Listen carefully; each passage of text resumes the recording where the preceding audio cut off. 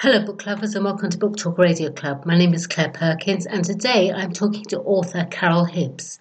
Carol is the author of Forever Ends, a paranormal romance minus vampires, but with things that definitely go bump in the night. Gabrielle Bowman had lost her beloved sister, her mother, and two husbands, and when she decided to move to a small town to start a new chapter in her life, little did she know that a fight to the death with a demon to rescue a little girl would take her mind off her grief and introduce her to the new love of her life. Hi, Carol. First of all, welcome, and thank you for coming on Book Talk Radio Club. You're welcome. Hello, Claire. Hi. You have a poem at the beginning of Forever Ends. I'll read the first 4 lines.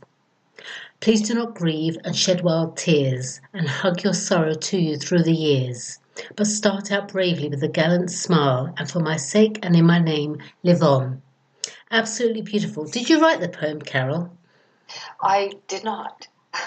No. I was walking through the cemetery to find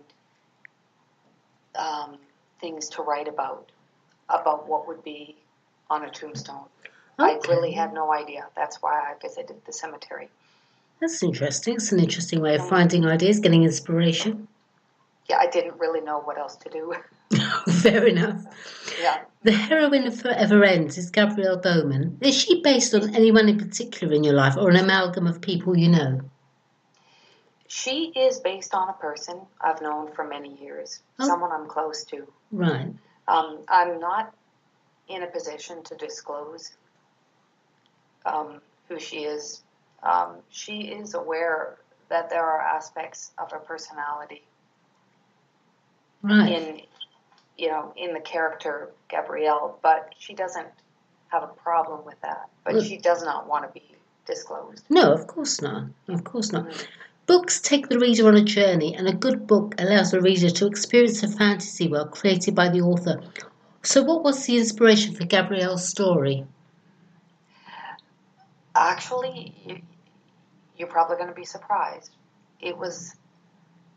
I woke up one morning and the story wouldn't leave my head. It just kept playing over and over and over and over in my head. It wouldn't go away. So I felt compelled to write a book about it. It continued to play through my head. When I would sit down and write, and when I write with a pen and paper, and it pretty much wrote itself. Oh, I would just hold the pen and it would write itself. So, there were times that I had to think, of course, and stop and research. But for the most part, it just wrote itself. So did you decide to write the book because of this idea that came in your head, or you decided to write beforehand and then the idea came in? No, I decided to write the book because the idea wouldn't leave my head.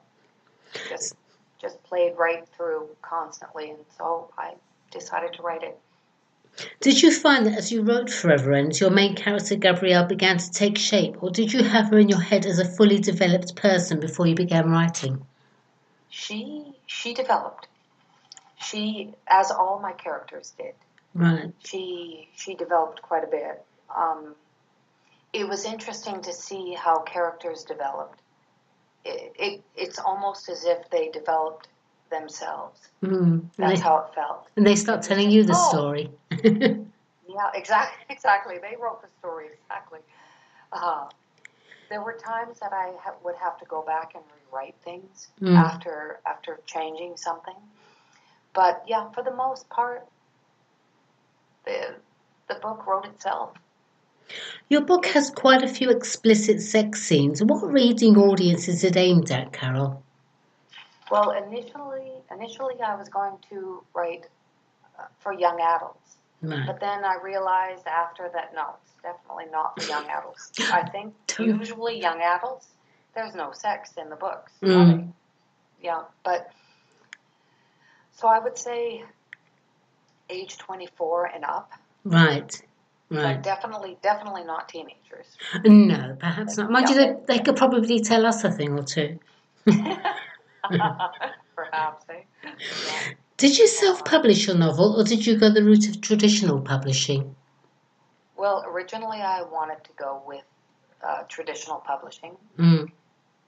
But after years of frustration and disappointment, I decided to try publishing it myself. Mm. And you got more control that way as well, haven't you? Exactly. And if I want to make changes, I can, which I have done. I've changed the book cover, and I've changed a few other little things. So that's convenient. That's Yeah. very convenient. The years ago, actually, in 2014, there was a publisher wanting to publish my novel. Right. But then they wanted changes. And so I made the changes. Then they wanted more changes. So I made the changes. And they wanted more and more and more and more and more. And after a while, it felt like it wasn't my book anymore. Yeah. They were butchering it. They were killing it. So I said, no, I'm not making any more changes. Good for you. They must have been tailoring it for the audience that they felt was right. I guess. Well, and in the novel, I added where the characters are building a log cabin. Yeah. And I did that because I just wanted a little bit more Mm. in my novel. Well, the publisher wanted that gone. Right. So I thought, no, I'm not doing it. I'm not doing it. I'm not. No. So I told her I'm not going to make any more changes. And she said, well, perhaps you can publish your own story, publish your own novel. Mm. And I responded with 2 words, and that was just thank you. I thought you were going to say something else then. Oh no, it was thank you, because I thought, thank goodness she's not going to force me into doing this or suing me or anything like that. She let me go. Right. So I was free. It was like, all right, thank you. Yeah. So that's what I did. I published it myself. Good for you. Had the book been written many times, it had been. Mm. It's been rewritten, oh boy, probably about 15 or more times. Wow. Yeah. And after rewriting it for the publisher, I had to go back and rewrite it the way I wanted it. Mm. Yeah. So. Well, congratulations. I see you're receiving good feedback for Forever Ends, including, without a doubt, Forever Ends deserves a 5-star rating. This is a well-written story, and I couldn't agree more. I loved it when I read it. The author, Carol Hibbs, truly captivates you with her very descriptive storytelling. So tell me something, as an author, Carol, what was the best moment for you, the first sale of Forever Ends or the 5-star rating, and why? I would say the 5-star rating. I was just blown away by the review, and I just felt wonderful. Yeah. I appreciated her review, and the fact that if anyone were to buy the book, I don't know if they liked it or not. Mm. But with the review, I could see that she appreciated my work as a work, my writing as a work of literature. Yeah.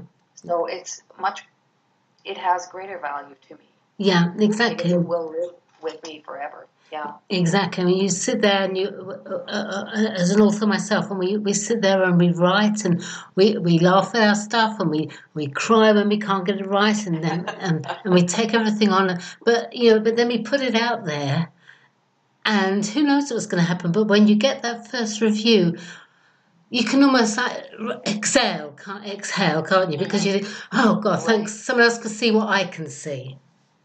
Yes. Yeah. So is this a one-off, or will you be writing a sequel to Forever Ends? I am writing a sequel and also a third. Fabulous. So I'm about halfway done. Okay. The second. Right. I'm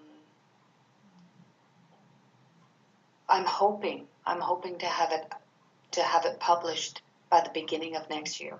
Fantastic. Hoping.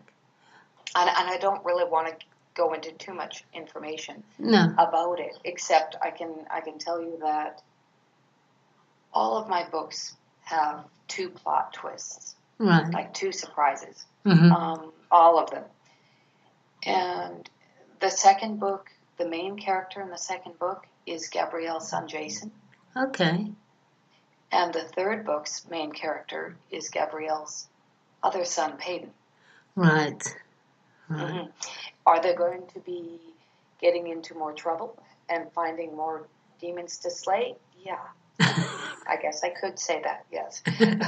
But that's probably about all I'll say. Right. So what's next for Carol Hibbs? So you're writing that you're halfway through the sequel, and you're going to be writing a third book. Anything else after that? You're going to stick to the same genre, or you're going to try something else? Oh, I'll definitely. After the third book will be the fourth book, and that's science fiction. Wonderful. And then the fifth book is horror, or thriller, or whichever you want to call it. And then the sixth book will be for I guess preteens. Okay. So totally different. Right. Right. Yeah. Well, that's wonderful. So where can Book Talk Radio Club listeners purchase Forever Ends, Carol? From Kindle, like from Amazon, Mm-hmm. and you don't need a Kindle to purchase the novel. That's right. You could buy a printed copy of Forever Ends through Amazon, or if you have an iPhone, if you have an iPad, if you have any kind of device like that, you can download Kindle. Right, absolutely. So, you just use a Kindle app. Yeah, exactly. There you go. I've got a Kindle app. I don't have a Kindle, but I've got the Kindle app. Well, I've got the Kindle, but I can never see the damn thing, so I just use the Kindle app on my tablet. Right, exactly. It's just so handy because we always have our phones. Yes.